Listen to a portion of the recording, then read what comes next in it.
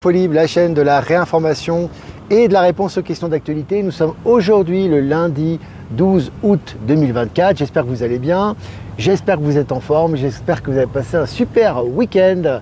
Voilà, donc j'attends que vous vous connectiez comme d'habitude et vous fassiez un retour par rapport à l'image et par rapport au son. Voilà, donc je vous laisse tranquillement vous connecter. Aujourd'hui, je vais revenir sur moi les amis, avec ce joli temps. J'ai oublié la casquette les amis, voilà. Je vais être sans casquette aujourd'hui, c'est pas grave. Voilà, je laisse tout le temps de vous connecter comme d'habitude, ici en direct de Cochabamba. Ce sera la dernière semaine les amis, puisque lundi prochain, je rentrerai donc en Europe. Donc le dernier live, ça sera vendredi, et puis on reprendra certainement mardi de la semaine d'après, la semaine prochaine, pour les lives quotidiens. Voilà, puis on va continuer comme d'habitude avec cet oracle. Les cartes de l'Alliance Galactique sont magnifiques cette semaine pour nous guider au quotidien, nous donner les énergies. Et quelques petits messages, bien évidemment, avant de commencer le live. Tout d'abord, Strasbourg-Villeneuve, les amis, n'oubliez pas. Strasbourg, il y a encore des places, on sera avec Maëla, Michel et moi-même. Ça va être vraiment super, il y a encore des places de disponibles. N'hésitez pas, si vous le souhaitez, à réserver vos places sur la billetterie qui est disponible sur Actualité Telegram. Le lien est en description. Et également, covoiturage disponible pour les gens pour se déplacer plus facilement. Et aussi pour Villeneuve, ça sera le 13 septembre. Ça sera Villeneuve, ça sera en Suisse également, je serai présent. Il y a encore des places de dispo également. Voilà, le lien est en description. Et puis pour le Québec, ça avance, ça avance pour le Québec. On a des plans de salle, etc. Ça avance, ça sera pour le mois de novembre. Et ça avance pour le Québec aussi, où on se retrouvera là-bas avec nos amis québécois. Et puis, le texte de Michel, le fonctionnement de l'univers, la source, un texte intéressant que je vous invite à regarder si vous ne l'avez pas déjà regardé, qu'on a partagé sur Actualité et Live Telegram. Et puis le texte que j'ai écrit, Douceur Andine, vraiment en hommage un petit peu à ce que je vis ici au quotidien, voilà, pour vous faire partager ça, que j'ai partagé également sur Facebook, sur tous les réseaux, je crois que sur Instagram, sur Actualité Telegram, Live Telegram. Voilà les amis, pour vous en faire profiter. Voilà, donc là on est plus de 200 en direct, 220. Je vais commencer cette mini revue de presse, si vous le voulez bien, voilà. Alors selon MSN, je cite, la honte rouillée, fin de citation. Quelques jours après avoir reçu leur médaille, certains athlètes se plaignent de leur qualité. Bon, c'est du propre, tu remets des médailles, les médailles se conservent pas bien au bout de quelques jours. C'est assez risible les amis. Alors à savoir que la cérémonie de clôture, alors j'ai pas vu l'intégralité de la cérémonie de clôture, j'avais pas vu de toute façon la cérémonie d'ouverture, mais j'ai vu des extraits. J'ai vu le début notamment avec l'orchestre de musique classique, puis j'ai vu des extraits qu'on m'a envoyés. Quand même, il semble que la cérémonie de clôture est beaucoup moins mortifère que la cérémonie d'ouverture, d'une façon globale. On a quand même rectifié le tir là. Il y a des symboles stellaires notamment, il y a de jolies lumières, il y a les symboles du monde entier, de la fraternité, il y a des jolis symboles, en tout cas quand même plus agréables et plus sympathiques que les symboles de la cérémonie d'ouverture. Voilà, petite parenthèse fermée par rapport à ça.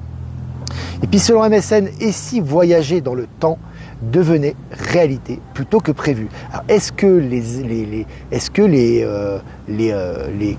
journalistes d'MSN, est-ce qu'ils suivent Infolibre? Je pose la question parce que là en fait ils disent la même chose que moi je vous dis depuis des années, que en fait effectivement tout ce qui est voyage spatio-temporel, téléportation, ça va arriver plus vite que ne le pense, c'est pas une évolution linéaire. Mais là ça en parle dans cet article, je l'ai partagé sur Actu Telegram.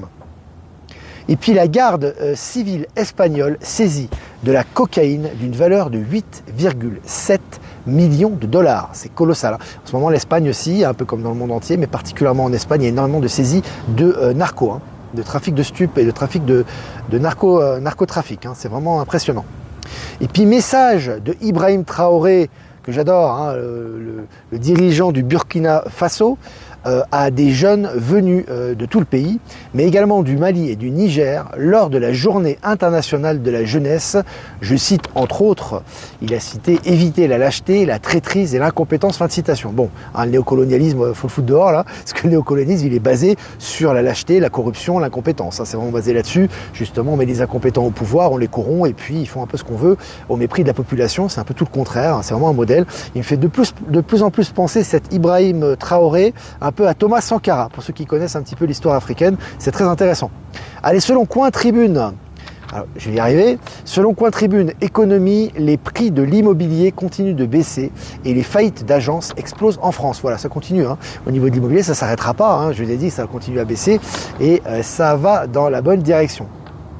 Et puis selon Capital, le méga yacht de Steve Jobs d'une valeur de 140 millions d'euros, victime d'un accident avec un autre bateau. Voilà, donc bon, tout ça, pour moi, c'est pour réveiller aussi les gens à ce sujet, c'est aussi par rapport aux énergies. On voit que les méga riches ou les objets on va dire les propriétés des méga riches sont en train de prendre cher en ce moment. C'est assez risible. Je vais partager également cet article.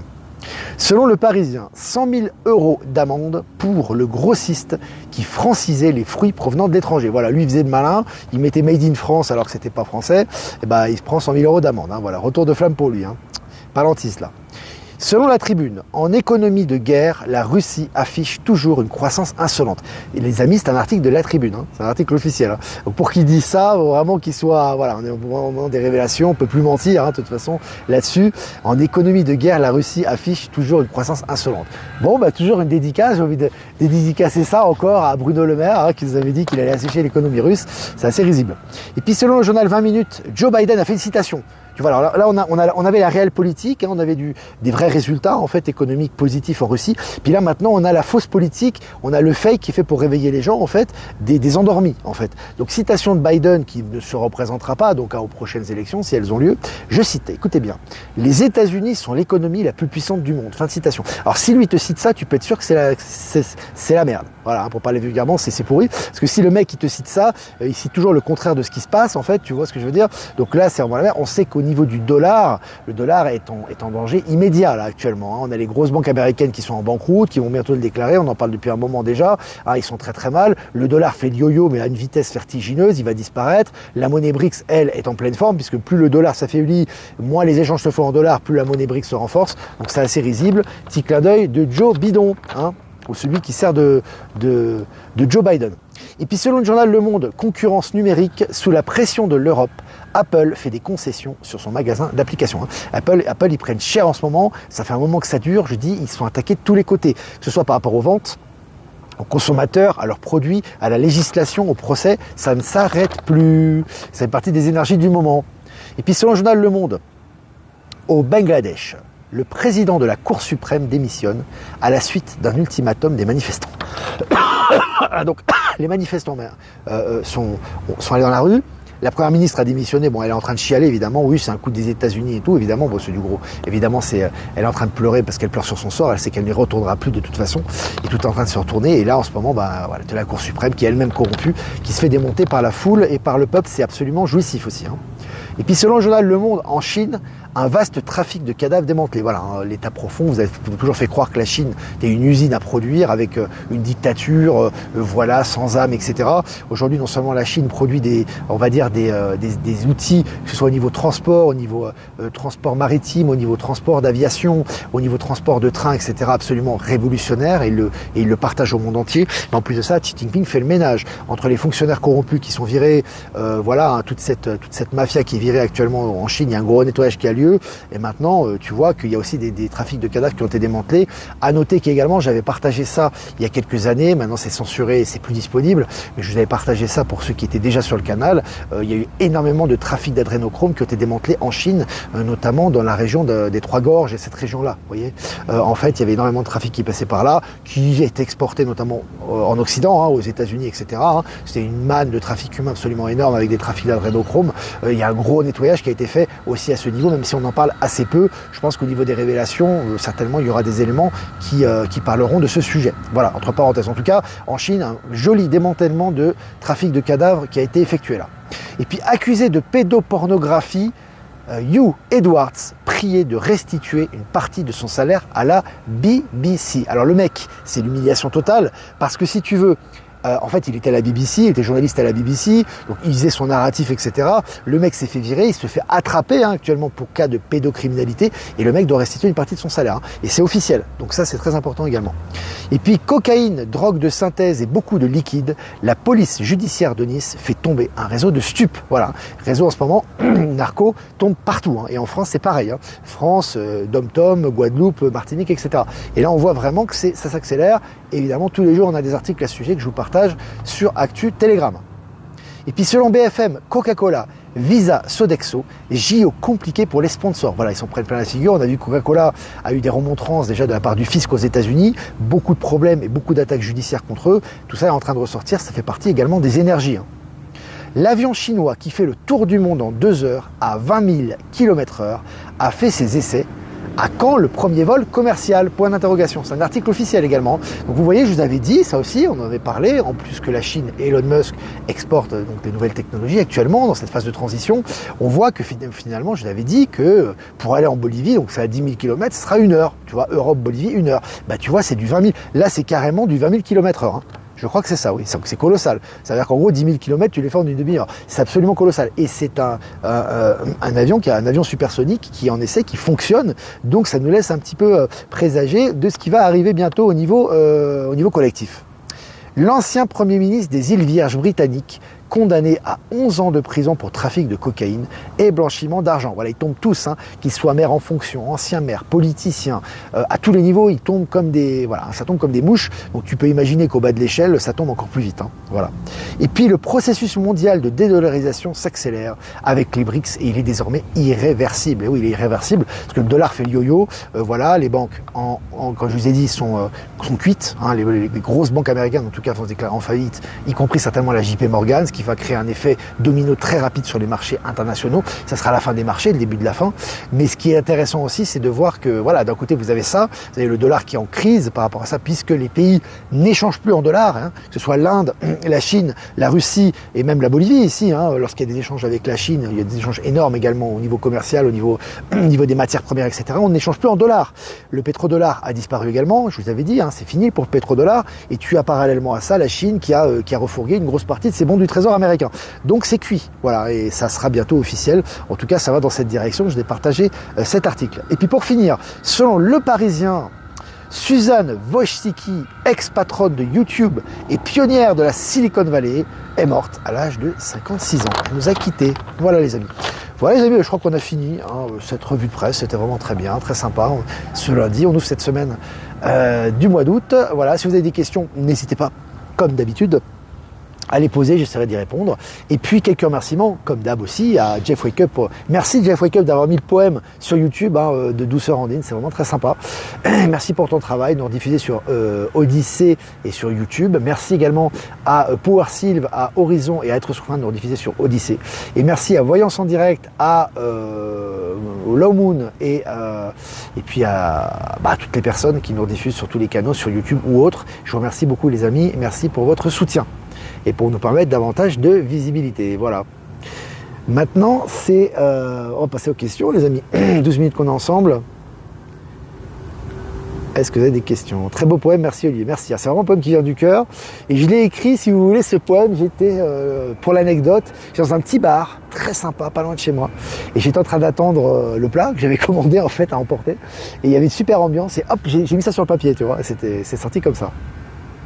Quand penses-tu qu'arrivera le best-seller, Audrey? Moi, je ne donne pas de date par rapport à ça. C'est lié aux énergies collectives. Si tu suis le média, tu dois savoir. Mais on sent que ça se rapproche en tout cas. On voit que les éléments vont dans cette direction. Bonjour Olivier, tu dis que l'état profond n'est plus, mais j'aimerais savoir pourquoi les anciens militaires se font arrêter et mis en prison, car ils dénoncent. Merci pour ta réponse. Alors, tu as 2 cas de gens qui sont mis en prison actuellement, dans les anciens militaires ou dans les gens qui sont entre guillemets de la résistance. Tu as une partie des gens qui sont corrompus, en fait, c'est-à-dire qu'on est partie des gens qui ont des problèmes. C'est pas parce que tu dénonces que tu n'as pas de problème. Il faut savoir ça. Le nettoyage, c'est au niveau énergétique, c'est à tous les niveaux en ce moment. Il n'y a rien qui passe, quoi, tu vois. Donc, t'as beau être quelqu'un de bienveillant, etc. On pense notamment à l'abbé Pierre, par exemple, qui a été accusé. Il y a des chefs d'accusation contre lui.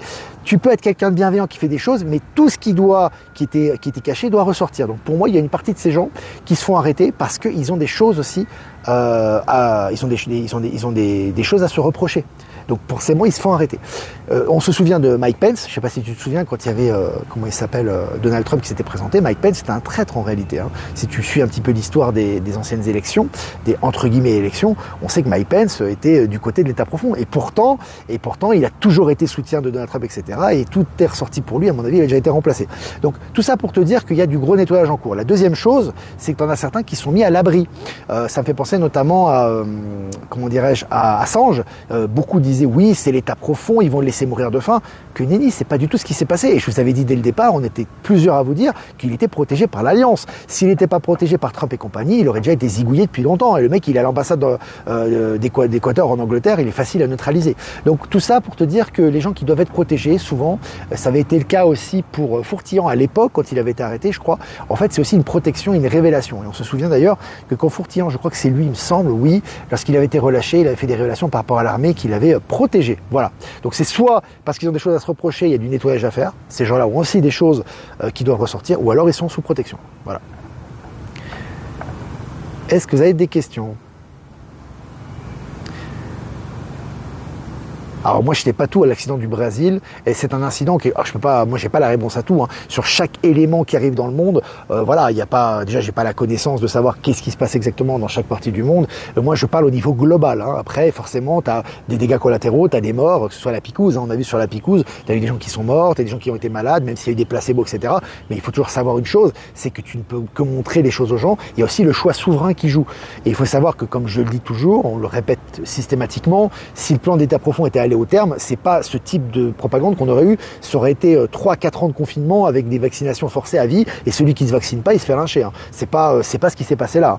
Quand tu disais non, tu disais non. Voilà, donc c'est toujours remettre les choses à leur place.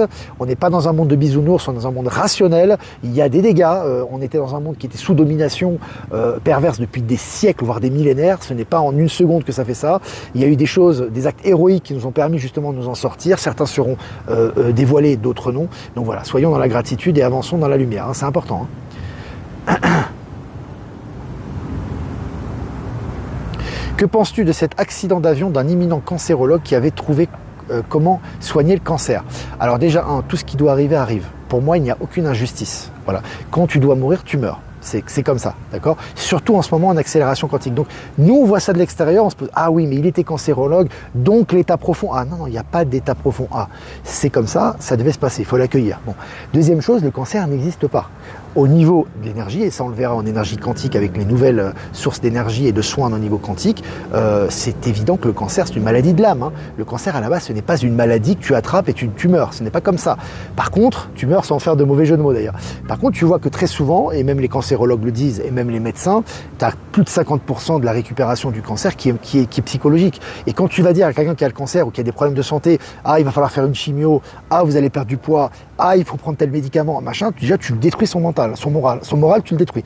Donc pour moi, de mon ressenti personnel, qui ne suis pas spécialiste, pour moi, le cancer, et j'en ai vu des gens mourir de cancer autour de moi, d'ailleurs c'est une maladie qui est très présente en Occident et dans les pays développés.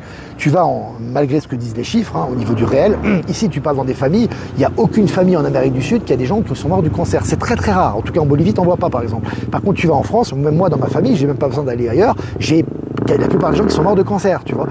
Et c'était des gens qui étaient névrosés, ils avaient des problèmes psychologiques, ils avaient des traumatismes, quoi. Donc pour moi, le cancer fondamentalement, et ça sera prouvé très très vite de toute façon, est une maladie de l'âme. Donc c'est une maladie qui gangrène, qui prend de l'importance. Et avec Big Pharma et tout ce qu'on donne à ces gens-là, eh ben ça, si tu veux, ça les renforce dans leur maladie. Et en général, beaucoup d'entre eux vont mourir ou vont avoir des séquelles irréversibles. Voilà ma compréhension à ce sujet. Est-ce que vous avez des questions, les amis? Le trouble est mental en Occident. Tu m'étonnes, Cyril. Ah ouais. Salut Cyril Nichon, qui m'envoie souvent des mails, que j'embrasse très fort aussi. Mais c'est clair, c'est le cancer se radiquer par les medbeds. Oui, mais c'est surtout, c'est très psychologique. Les medbeds vont te vont te recentrer, si tu veux, au niveau énergétique, et l'attitude et l'état d'être que tu vas avoir va corriger cette, on va dire, ce dérèglement et ce corps qui essaie de toujours lorsqu'on a une maladie, n'oubliez pas, c'est le corps qui essaie, entre guillemets, d'envoyer des antidotes pour soigner pour guérir ce qui ne va pas. D'accord? Donc nous on prend des médicaments pour étouffer ça, mais c'est comme ça que ça fonctionne. Il faut savoir que, comme je dis, oui, voilà, je fais une petite aparté les amis, j'en parlerai certainement dans les rencontres à Strasbourg et à Villeneuve aussi. Mais faut savoir qu'en Occident, on vit dans un monde parallèle, les amis. Hein. Moi, le premier, je viens d'Occident, je suis né en France, j'ai vécu en Occident presque toute ma vie jusqu'à maintenant. Donc voilà, je peux témoigner de ça, même si j'ai pas mal voyagé. Je veux dire, ici, les gens vivent simplement. Hein. C'est comme dans le poème que je vous ai dit. pardon, c'est comme dans le poème que je vous ai dit, les gens vivent très simplement. Et en fait, ça te nourrit. En fait, t'as pas besoin d'avoir des plans, d'avoir de l'argent n'en plus finir, d'avoir des projets, te dire ce week-end je vais faire ça, le week-end prochain je vais faire ça, etc. Parce qu'en fait, l'Européen, l'Occidental en général, il est angoissé parce qu'il n'a pas de relation avec les gens, il n'y a pas de relation sincère. Tu vas aller faire tes courses, tu vois des gens qui disent bonjour, mais c'est automatique, tu vois. Tu fais tes courses, tu reviens, t'as pas gagné beaucoup en énergie, tu vois, en échange. Tu vois des gens dans la rue, chacun dans sa petite vie, dans son petit confort, etc. Le week-end, il n'y a pas beaucoup d'animation, les enfants sont pas forcément mis au premier plan, etc. Donc si tu veux, la vie n'est pas mise au premier plan en Occident. Ça, c'est parce que ça a été l'état profond et toutes les manigances qui ont été faites qui séparent les gens. On vit dans un monde où on s'ennuie, on se fait chier en fait en Occident, entre guillemets, tu vois, et donc on invente des subterfuges et du matériel et du superficiel pour se donner la sensation de vivre. En réalité, on n'a pas vraiment le choix parce qu'on nous a un peu laissé ce modèle-là, et quand tu vas en Bolivie ou même dans d'autres pays d'Amérique du Sud, ou certainement en Afrique ou en Asie du Sud-Est également, pas que ici, mais c'est d'une façon générale, moi je vous parle de ce que je sais, quand tu viens ici, tu sens la vie. Tu sens la vie partout, tu te balades dans la rue, tu rencontres les gens. La vie est partout, quoi. Si tu veux, donc, t'es rempli d'énergie, t'es rempli de vie, t'es dans une espèce d'interaction permanente. Donc, t'as pas cette sensation, si tu veux, de te dire, qu'est-ce que je vais faire? Il faut que je m'achète ça, il faut que je fasse ça, il faut que... Pas du tout, parce qu'en fait, t'es toujours rempli d'énergie. Tu vois, donc tu vas t'acheter des choses, tu vas faire des choses, mais tu vas partager, mais ça va être naturel. Et tu vas pas être dans la sensation de manque. En Occident, on est sous perfusion. On est sensation dans le manque. Moi, quand je reviens en Suisse, par exemple, je reste un mois ici en Bolivie et je reviens en Suisse, j'ai pas de problème avec mon voisinage, les gens sont adorables autour de moi, j'ai aucun problème. Mais on s'ennuie. Dans le sens, quand je parle d'ennui, c'est dans le sens, il y a pas cette vie, quoi. Il y a pas cette interaction. Chacun vit dans son coin. On est habitué comme ça. C'est incrusté en nous, c'est matriciel. Et si tu es, t'as pas cette sensation de richesse intérieure comme tu as ici. Alors que les gens ici, riches ou pauvres, ils te donnent la sensation que tu vois les gens, tu as l'impression que tu as fait un saut quantique, quoi. Tu vois. Alors oui, c'est en train de revenir aussi en Europe, c'est en train d'être nettoyé, il y a une élévation de conscience et tout, mais c'est un processus, on est en retard par rapport à ça. Ici, c'est déjà comme ça. Et c'est là où je me rends compte qu'en fait, c'est nous en Europe et en Occident, en tout cas en Europe, puisqu'on vient de là, c'est nous, on vit dans un monde parallèle, les amis. On vit dans un monde qui n'est plus naturel depuis bien longtemps, en fait, si tu veux. Et on s'y est habitué et on développe des traumatismes. Alors certains sont malades, certains ont des cancers, certains ont des maladies, certains ont des traumatismes, certains ont toujours besoin d'acheter parce qu'ils ont cette fièvre acheteuse, parce qu'ils s'ennuient dans leur vie, ils ont la sensation qu'ils ont besoin de faire ça pour exister, si tu veux. Il y a ces traumatismes qui sont très forts et puis ces espèces de lutte politique et d'opposition entre les gens qui sont superficielles, en fait. Tu vois, qui ont été créés de toutes pièces. Donc voilà, c'est pas pour dire que on va revenir à cette simplicité, à cet état d'être. Et moi, je pense que justement, pour en revenir au cancer, parce que c'est le sujet qu'on a abordé précédemment, le cancer est une maladie de l'âme. Moi, je le ressens depuis très longtemps. Et ce qui soit plus présent dans les pays développés n'est pas des surprises. Parce que les pays développés sont séparés. Les gens sont séparés, sont cloisonnés intérieurement, même s'ils se voient tous les jours, ils sont séparés. Donc ça crée des angoisses, un manque de vie, un manque d'échange, un manque d'interaction, des traumatismes. Et ça se traduit notamment par le cancer. Voilà. Voilà. C'est comme ça que je le ressens. Les medbeds peuvent régresser en âge jusqu'à 30 ans. Feras-tu une régression d'âge quand ils arrivent? Oui, combien d'années? Oui, certainement, on verra. Ça dépend. Tu sais, ça dépend, c'est au niveau quantique. Est-ce que dans ta mission d'âme, tu es destiné à vivre tant d'années? Donc peut-être c'est utile de passer par un medbed pour les régressions d'âge, mais c'est très particulier. C'est on va dire, le soin le plus avancé des medbeds et ça dépend du cas par cas. Donc je dirais que oui. Voilà, j'en fais pas non plus une affaire d'État, mais peut-être oui, certainement. Après, c'est le plus important, les amis, c'est de faire sa vie comme on l'entend et de partir au juste moment parce que, comme je dis, le corps humain que l'on a, qui est une enveloppe, est limité et c'est fait exprès en fait. Alors il peut vivre très très longtemps, plus longtemps que ce qu'on vit actuellement, mais le but c'est pas de rester dans ce corps humain. Donc on parte dans 20, 30, 40, 50, 100 ans, chacun a sa mission à faire et il partira au bon moment en conscience. Voilà, c'est le plus important. Voilà les amis, écoutez, merci Jeff et présent, merci Jeff pour le partage. Je vous embrasse les amis, je vous souhaite une super après-midi ou fin d'après-midi chez vous. Pour ceux qui sont en Europe occidentale, je vous embrasse très fort les amis, je vous souhaite tout de bon, voilà, et puis merci également pour ceux qui font un don, comme je vous l'ai dit, si vous voulez faire un don, le lien PayPal est en description, si vous ne voulez pas passer par PayPal, vous avez mon adresse Protonmail en description également, merci les amis, je vous embrasse très fort, et je vais faire un tirage. Valérie Gaillard, je t'embrasse, je te fais une petite check, une petite dédicace, j'ai partagé ton tirage, Valérie Gaillard, j'aime beaucoup partager son tirage pour aujourd'hui. Nous on va tirer pour demain. Demain, ça sera le mardi 13 août 2024, donc oui, puisqu'on est le lundi 12, une carte de l'Alliance Galactique. Je vous montre l'image. Déjà, dans un premier temps, c'est la carte 18. La carte 18, c'est la lune dans le tarot de Marseille. C'est très lié aux émotions, notamment. Voilà. Donc, je vais la lire. La joie et l'amour permettent un champ de cohérence entre différentes formes de vie pour maintenir et générer la vie. Si ce champ disparaît par manque de nourriture, plus rien ne peut continuer à fleurir, que ce soit sur un plan subtil ou physiquement. Comme d'habitude, c'est très très lié à ce qu'on vit, à ce que je viens de vous dire. Voilà, de toute façon, les cartes sont liées à nous-mêmes. C'est important, les amis, de comprendre. J'ai envie de dire en une phrase, moi c'est ce que je ressens, c'est mon ressenti du moment, que tout ce que vous obtenez, les liens d'âme, les familles d'âme, les joies, les réalisations, les technologies, l'argent, tout ce que vous obtenez dans la matière, c'est lié à votre état d'être. On a fait croire à l'être humain que ce qu'il obtenait, c'était en luttant, en se préservant, en étant en instinct de conservation. C'est faux, parce que ce que vous obtenez dans l'instinct de conservation, surtout en accélération quantique, est en train de disparaître. On le voit, hein, ça glisse des mains de tout le monde en ce moment, et tous ceux qui veulent être dans l'avarice. Donc ce qui est important, c'est vraiment d'être dans l'abondance, l'acceptation, l'équilibre, la joie, c'est ça qui apporte tout ce qui est matériel. La matière est une énergie également, voilà.